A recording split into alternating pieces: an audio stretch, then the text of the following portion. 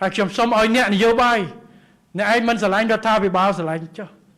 ស្រឡាញ់ជីវិតកងទ័ពយើងស្រឡាញ់ទឹកដីយើងម៉ោងនេះគឺជាម៉ោងដែលខ្មែរជាពិសេសត្រូវរួមគ្នាគ្រប់គ្រងទៅដល់កងទ័ពរបស់យើងដើម្បីប្រយុទ្ធការពារទឹកដី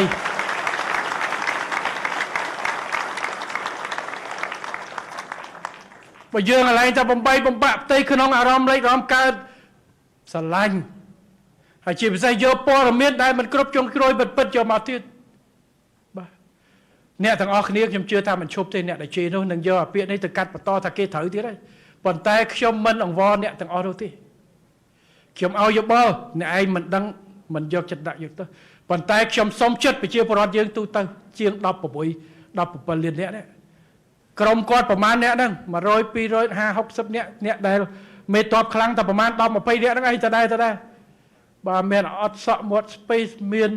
កម្មាត់មានកស្គបចេញមកសិតអ្នកដែលស្នេហាជាតិប៉ុន្តែ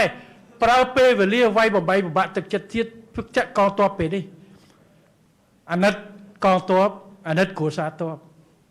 អាណិតទឹកដីរបស់យើងត្រូវរួមគ្នាកុំឲ្យបែកសតិអារម្មណ៍គឺត្រូវឲ្យទ័ពយើងមូលចិត្តមូលគំនិតតែហ៊ានជួមុខជាមួយមេទ័ពជួមុខជាមួយថ្នាក់ដឹកនាំក្រសួងអគ្គវិជ្ជាការទឹកចិត្តតែមួយទើបយើងច្បាស់ឈ្នះការពារទឹកដីរបស់យើងបើយើងមិនតាន់បានអីយើងអារម្មណ៍ឆ្លោះគ្នាផ្ទៃក្នុងហើយវ័យអ្នកណាឈ្នះគេ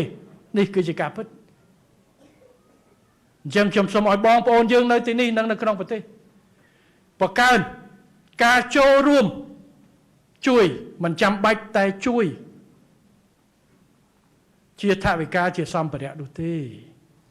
ជួយតែទឹកចិត្តសារលើកទឹកចិត្តកងទ័ពយើងតាម Facebook របស់ខ្លួនឯងហើយឈប់បំបាក់ទឹកចិត្តកងទ័ពយើងទៅគឺជាការជួយលើកទឹកចិត្តស្មារតីស្នេហាជាតិរបស់យើង